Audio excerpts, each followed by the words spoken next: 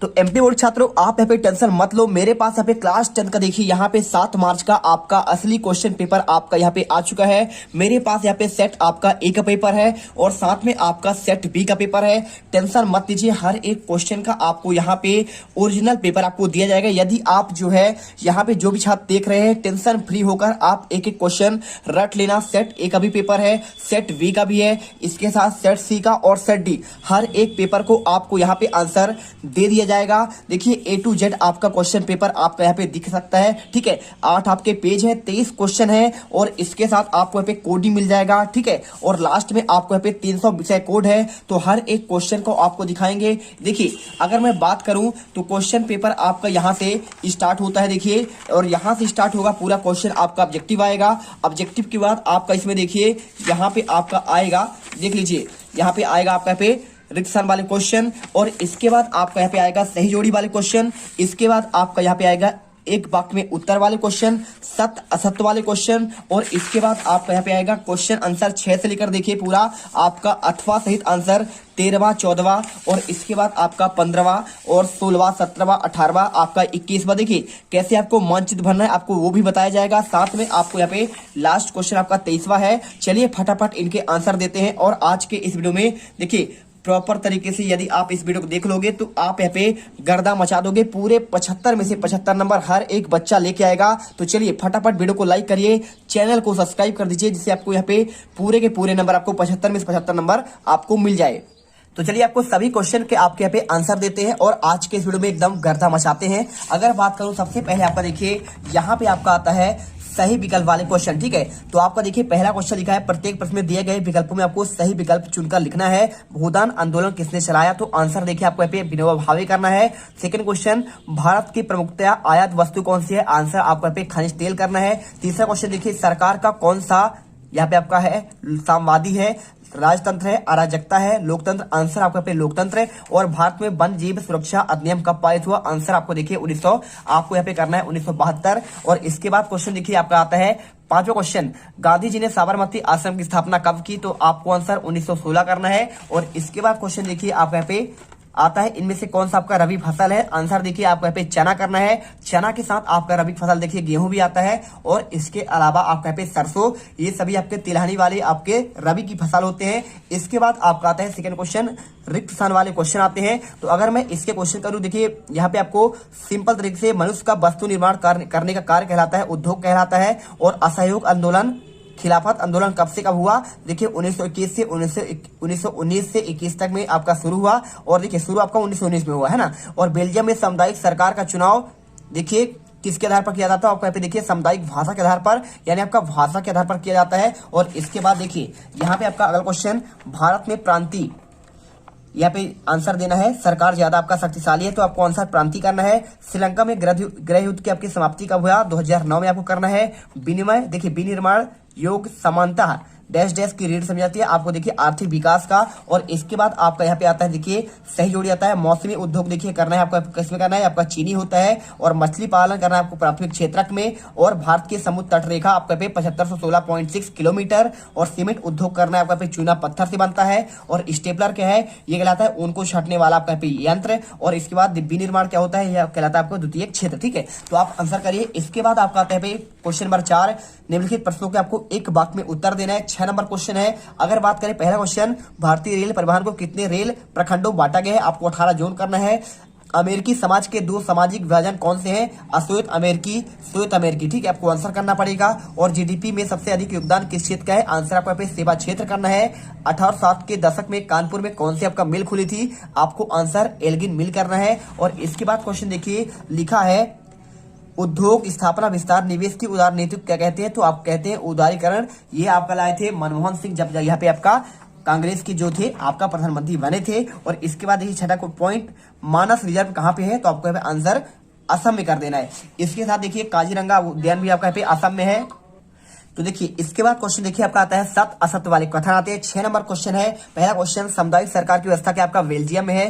तो बिल्कुल आपका बेल्जियम में आपका सामुदायिक सरकार है। वहां पे भाषा के आधार पर यहाँ पे सरकार चुनी जाती है। आपको यहाँ पे सत्य करना है। पहला क्वेश्चन था बेरोजगारी की आशंका कारण मजदूरी या फिर प्रौद्योगिकी पसंद करते हैं? तो देखिए आपको यहाँ पे बेरोजगारी के आशंका कारण नहीं, ये उनकी मजबूरी होती है। ठीक है, तो आपको आंसर देखिए यहाँ पे आपको असत करना है। इसके बाद भारत के पड़ोसी देशों में मानव विकास के लिहाज से नेपाल की क्या स्थिति अच्छी है, तो आपका स्थिति है नहीं, तो आपको असत करना है। कोलकाता के आपका एक नदी पत्तन है, तो बिल्कुल आपका यहाँ पे सत्य है।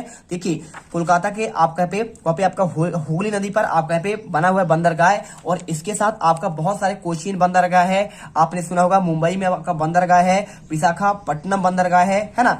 तो आपको यहाँ पे बहुत सारे आपके बंदरगाह हैं, आपको याद कर लेना। पारादीप हो गया, नौहवा सेवा हो गया, और जर्मनी और स्वीडन देशों में नस्ल भेदी समाज है, तो आपको यहाँ पे आंसर असत्य करना है। भारतीय रेल मार्ग की आपकी लंबाई क्या एशिया में सबसे अधिक है, तो आपको यहाँ पे देखिए बिल्कुल आपका सबसे अधिक है एशिया में, और दूसरे नंबर आपका चीन आता है, और पूरे विश्व में दूसरे स्थान पर आता है भारत आपका अमेरिका के बाद, तो आपको सत्य करना है। देखिए आपको एक एक क्वेश्चन अच्छे से आपको पढ़ लेना है, क्योंकि आपको ये क्वेश्चन डायरेक्टली आपको देखने को मिलेंगे। ठीक है, चलिए इसके बाद आपका क्वेश्चन आता है, देखिए यहाँ पे क्वेश्चन नंबर आपका यहाँ पे 6 आता है।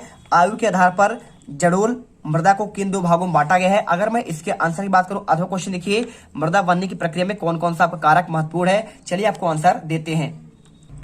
तो देखिए अगर मैं इसके आंसर की बात करूं, तो आपको सिंपल तरीके से आयु के आधार पर देखिए जड़ोल को आपको यहाँ पे देखिए 2 प्रकार बांटा गया है, प्राचीन जड़ोढ़क मृदा और दूसरा आपका पे नवीन जड़ोढ़क आपका मृदा। तो आप आंसर यहाँ पे ये दोनों क्वेश्चन आप आंसर अच्छे से करिए। साथ में क्वेश्चन यहाँ पे दिया गया, देखिए मृदा बनने की प्रक्रिया में कौन कौन सा कारक आपका महत्वपूर्ण है। अगर आपको इस क्वेश्चन के आंसर की बात करूं, तो आपको यहाँ पे देखिए कौन कौन से कारक होते हैं। तो आपको यहाँ पे उच्चावाच जनक सेल होता है, जलवायु, वनस्पति, सस्तर सेल, और आपका अन्य जैव पदार्थ मुख्य कारक है। ठीक है, तो आप आंसर यहाँ पे आप इसे याद कर लेंगे, और इसके बाद आपको यहाँ पे अच्छे से स्क्रीनशॉट कर लेना है। अगला क्वेश्चन आपको यहाँ पे दिया गया है, पट्टी कृषि किसे कहते हैं, और मृदा अपरदन को नियंत्रित करने वाले किन्हीं 2 आपकी विधियों की आपको व्याख्या करना है। तो देखिए अगर मैं बात करूं पट्टी कृषि, तो आपको यहाँ पे आंसर देखिए क्या होता है। हिमालय पर्वतीय क्षेत्रों में प्रदेशों में फसलों के बीच घास की पट्टियां उगाई जाती है। किसके बीच, देखिए हिमालय प्रदेश की बात कर रहे हैं। फसलों के बीच में क्या होता है, फसल 2 होती है, 2 फसल हो गए, उनके बीच में आपका यहाँ पे जो उगाया जाता है घास, ये पवनों द्वारा जनित बल को कमजोर करती हैं।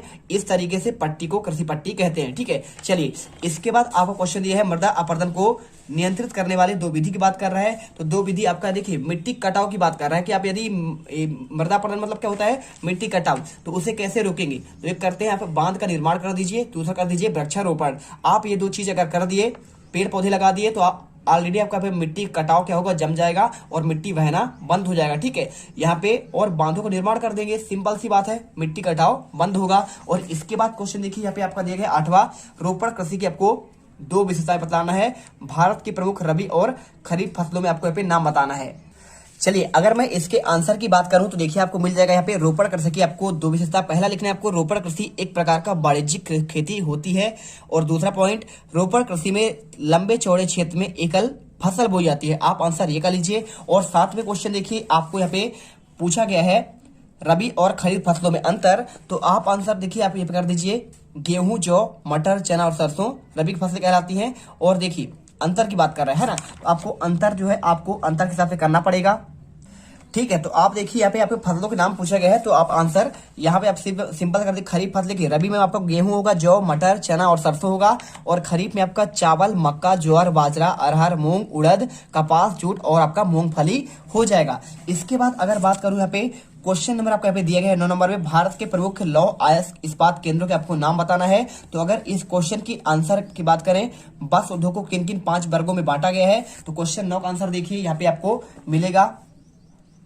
तो इसका आंसर आपको यहाँ पे ये करना है। देखिए वस्त्र उद्योग को यहाँ पे आपका 5 वर्गों में बांटा गया है। पहला देखिए सूती वस्त्र उद्योग, दूसरा होगा आपका यहाँ पे ऊनी वस्त्र उद्योग, तीसरा आपका रेशमी वस्त्र, और चौथा आपका जूट या पटसन उद्योग, 5वां होगा कृत्रिम वस्त्र उद्योग। ठीक है, तो आप आंसर यहाँ पे इसे कर लीजिए। और इसके बाद देखिए क्वेश्चन आपका पूछा गया है यहाँ पे लौह इस्पात केंद्रों के नाम, तो आप इसका आंसर आपको ये मिल जाएगा। देखिए यहाँ पे बोकारो जमशेदपुर में है झारखंड में, और बरनपुर हीरापुर, ये पूरा आंसर आपको दिया गया है। विशाखापट्टनम आंध्र प्रदेश में, और भिलाई छत्तीसगढ़ में है, राउरकेला उड़ीसा में है, और विजयनगर आपका कर्नाटक में है, और सेलम आपका पे तमिलनाडु में है। आप इसे आंसर करिए। और इसके बाद क्वेश्चन देखिए यहाँ पे आपका क्वेश्चन नंबर आपका 10 आता है, भारत में नागरिक हवाई अड्डों की संख्या कितनी है, किन्हीं 3 आपको हवाई अड्डों के आपको नाम बताना है। ठीक है, तो हवाई अड्डे तो हमारे यहाँ कम से कम हजारों होंगे, लेकिन आपको पे मेन आपको 3 नाम बताना है। ठीक है, और भारत की समुद्र तटीय रेखा कितने किलोमीटर लंबी है, पूर्वी तट और पश्चिमी तट में स्थित 3 आपको 15 काय का नाम बताना है। तो हवाई अड्डा और आपका 15 का वाला क्वेश्चन आपका आ चुका है। तो यहाँ पे देखिए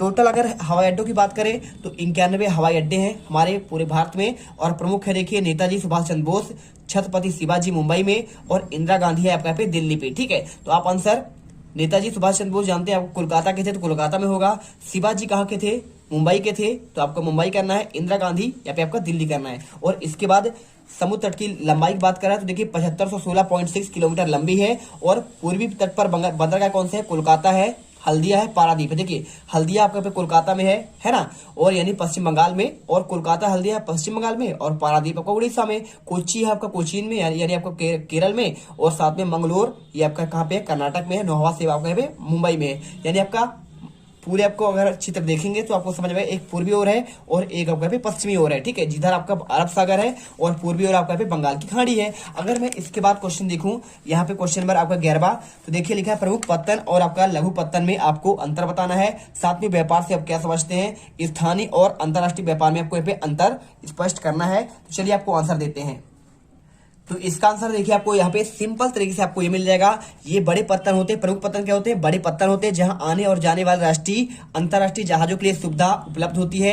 ऐसी सुविधाओं में सभी मौसमी सुरक्षित पोताश्रय और आधुनिक घाट शामिल होते हैं। भारत में 12 प्रमुख पत्तन है, और ये प्रमुख पत्तन देश के 95% विदेशी व्यापार संचालित करते हैं। और लघु पत्तन क्या होता है, इसका विस्तार और कार्य क्षमता कम होता है। यह केवल कुछ 100 टन सामान लादने के लिए प्रबंध की दक्षता होती है। इनकी प्रशासन और कार्य दायित्व राज्य सरकारों पर होता है। तो आप आंसर इसे करिए, और साथ में आपको यहाँ पे अथवा वाला क्वेश्चन देखिए, व्यापार से आप क्या समझते हैं, ये वाला क्वेश्चन है। तो आप देखिए यहाँ पे व्यापार से आप क्या समझते हैं, तो आपको यहाँ पे लिख देना है राज्यों, यहाँ पे देखिए यहाँ पे लिखा है राज्यों के बीच विभिन्न वस्तुओं का आदान प्रदान होता है, उससे व्यापार कहते हैं। स्थानीय और अंतर्राष्ट्रीय व्यापार में आपको अंतर यहाँ पे आपको कर देना। देखिए अंतर्राष्ट्रीय व्यापार क्या होता है, 2 देशों के मध्य व्यापार जब हो तो उसे अंतर्राष्ट्रीय व्यापार कहते हैं, और यह समुद्री, हवाई और स्थलीय मार्गों से होता है। और देखिए स्थानीय व्यापार क्या होता है, ये देश के अंदर होता है। ठीक है, जैसे शहरी व्यापार कस्बों और गांवों में होता है। जैसे आप देखिए कोई कपड़े का सामान कहाँ से मंगाएंगे, अहमदाबाद से मंगाएंगे, तो आपको कहला जाएगा अहमदाबाद से मुंबई से कपड़े का सामान आया। ठीक है, आपके जबलपुर में आया, इंदौर में आया, फिर आपका भोपाल में आया, तो खोला जाएगा आपका पे स्थानीय व्यापार। और अंतर्राष्ट्रीय यानी आपका यदि विदेश से आता है तो उसे कहेंगे अंतर्राष्ट्रीय व्यापार। और इसके बाद क्वेश्चन देखिए, यहाँ पे आपको क्वेश्चन नंबर आता है आपका 12वां, अफ्रीका में आने के लिए यूरोपियों के लिए मुख्य आकर्षण का कारण क्या था। तो आपको यहाँ पे हर एक क्वेश्चन को अथवा सहित याद करना है, तभी आपके यहाँ पे पूरे पेपर आपके फंसेंगे। पूरे आप 75 में 75 नंबर लाएंगे। विनिमय दर का आपको यहाँ पे अर्थ बताना है। तो क्वेश्चन देखिए आपको 12 का आंसर आपको यहाँ पे सिंपल तरीके से आप कर देना है।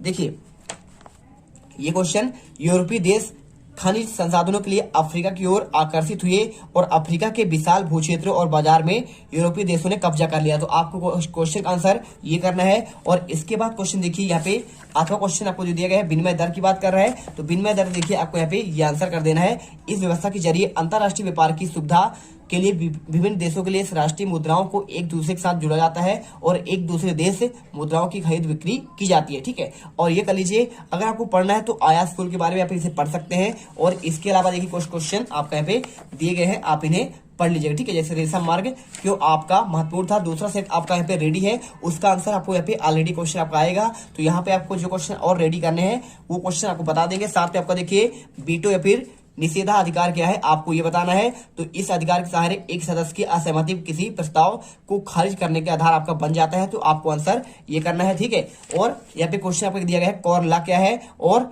हायर परचेज की व्यवस्था क्या थी। तो आप एक क्वेश्चन पढ़ लीजिएगा, प्रथम विश्व युद्ध में सहयोगी राष्ट्र कौन कौन से थे, और प्रथम विश्व युद्ध में केंद्रीय शक्तियां कौन सी थी, आपको ये क्वेश्चन आपको देखना है। ठीक है, चलिए अगर मैं बात करूं यहाँ पे क्वेश्चन आपका पे क्वेश्चन नंबर आपका 13वां देखिए, गिल्ड्स क्या है और शहरी क्षेत्रों में गिल्ड्स की किन्हीं 2 कार्यों का वर्णन कीजिए, और फ्लाई शटल का क्या अर्थ होता है। तो अगर मैं इसके आंसर की बात करूं तो भाई साहब आपका जो गिल्ड्स है ना, यहाँ पे आपका देखिए गिल्ड्स उत्पादकों का एक संगठन था जो कारीगरों के लिए प्रशिक्षण देते थे, उत्पादकों पर नियंत्रण रखते थे, प्रतिस्पर्धा मूल्य से करते थे, व्यवसाय में नए लोगों को आने से रोकते थे।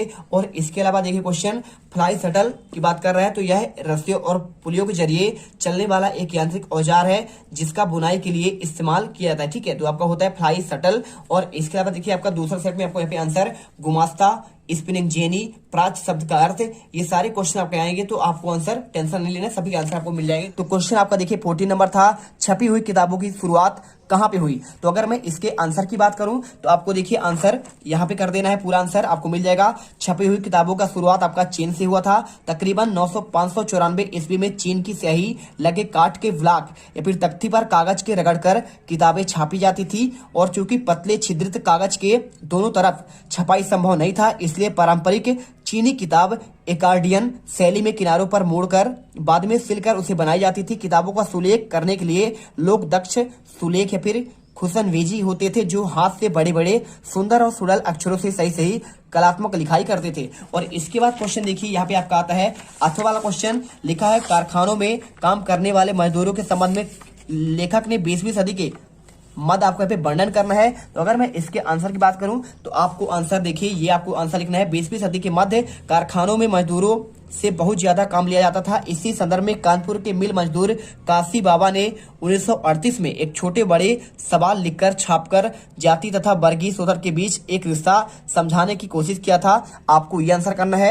और इसके बाद क्वेश्चन देखिए यहाँ पे आपको आंसर इसको लिखने के बाद क्वेश्चन आपका आता है 15वां नंबर, चेप बुक और आपका यहाँ पे चेपमैन से क्या तात्पर्य है। तो अगर मैं इसके क्वेश्चन के आंसर की बात करूं तो आपको आंसर देखिए आपको यहाँ पे ये लिखना है, आपका लिखा गया है देखिए यहाँ पे चेप बुक क्या होता था, पॉकेट बुक के आकार की एक किताबों के लिए इस्तेमाल किया जाने वाला शब्द।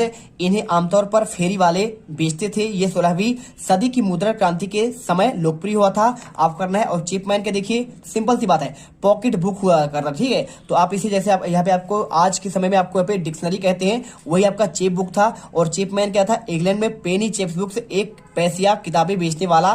देखिए जो यहाँ पे आपका किताबें बेचते थे उसे कहते चेपमैन कहते थे, ठीक है। और इसके बाद क्वेश्चन देखिए यहाँ पे आपका प्लाटेन क्या है। तो प्लाटेन का आंसर देखिए, लेटर प्रेस छपाई में प्लाटेन एक बोर्ड होता है और जिसे छोटे कागज के पीछे दबाकर टाइप की छाप की जाती थी। पहले यह बोर्ड का काठ का होता था और बाद में इस्पात का बनने लगा, ठीक है। आपको आंसर करना है। और इसके बाद क्वेश्चन देखिए 16वां, निजी क्षेत्र से क्या तात्पर्य है। और साथ में आपको यहाँ पे पूछा गया है प्रोटेस्टेंट धर्म सुधार आपका क्या है, ठीक है। तो निजी क्षेत्र देखिए आपको यहाँ पे आंसर इसका आपको मिल जाएगा। हर एक क्वेश्चन का आपको आंसर यहाँ पे दिया जाएगा। निजी क्षेत्र की बात करें अगर मैं, तो ये रहा इसका आंसर, आप लिख दीजिए। निजी क्षेत्र में परिसंपत्ति पर स्वामित्व, सेवाओं के वितरण की जिम्मेदारी एकल व्यक्ति या कंपनी के हाथों में होती थी, जैसे Tata iron and steel, Birla company, Mahindra and Mahindra company आदि के कंपनियां। और इसके बाद क्वेश्चन पूछा गया इसमें प्रोटेस्टेंट धर्म की बात कर रहा है। तो इसका आंसर आपको यहाँ पे ये मिल जाएगा। देखिए 16वीं सदी की यूरोप में रोमन कैथोलिक चर्च में सुधार का आंदोलन, मार्टिन लूथर प्रोटेस्टेंट सुधारक में एक थे।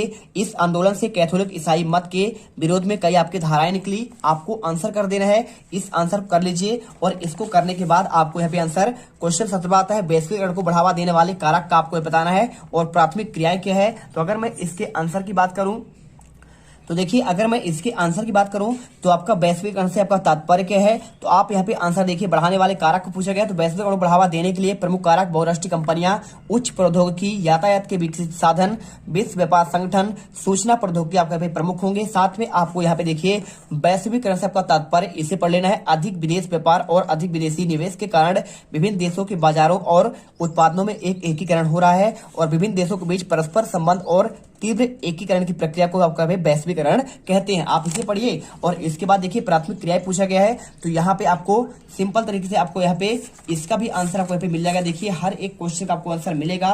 1 देखिए ये आपका निजी क्षेत्र की बात कर रहा है, तो निजी क्षेत्र आपको यहाँ पे ये मिल जाएगा।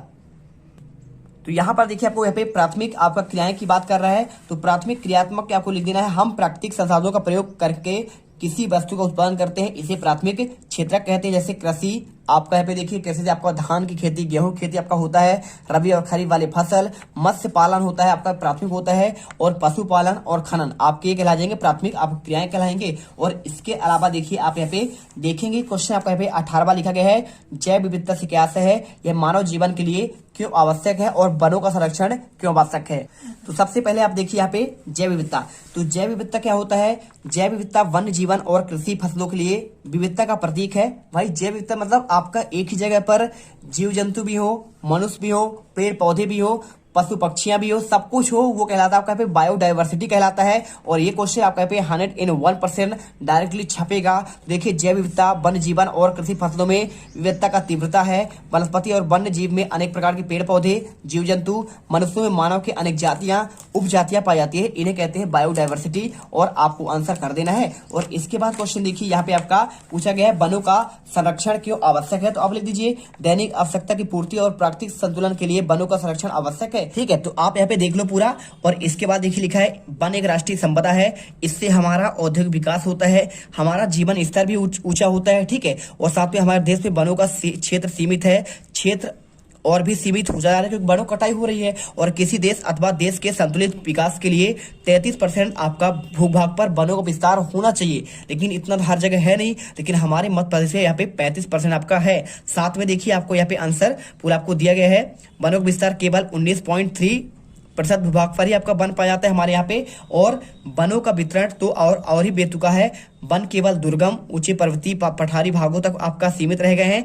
दुर्गम क्षेत्रों में वनों का उपयोग आपका कठिन हो चुका है। बढ़ती हुई जनसंख्या और उनकी बढ़ती हुई आवश्यकता की पूर्ति के लिए वनों कारणों पर दबाव निरंतर बढ़ रहा है और वनों का संरक्षण और उनका विस्तार करना आपका अत्यंत आवश्यक है। आप ये करिए। और इसके बाद क्वेश्चन देखिए यहाँ पे दिया गया है, क्वेश्चन आपका देखिए 19वां, संघात्मक शासन की व्यवस्था के दो आपका प्रमुख तरीकों का वर्णन और भारतीय संविधान के केंद्र और राज्यों के बीच शक्तियों का आपको बंटवारा का बताना है आंसर।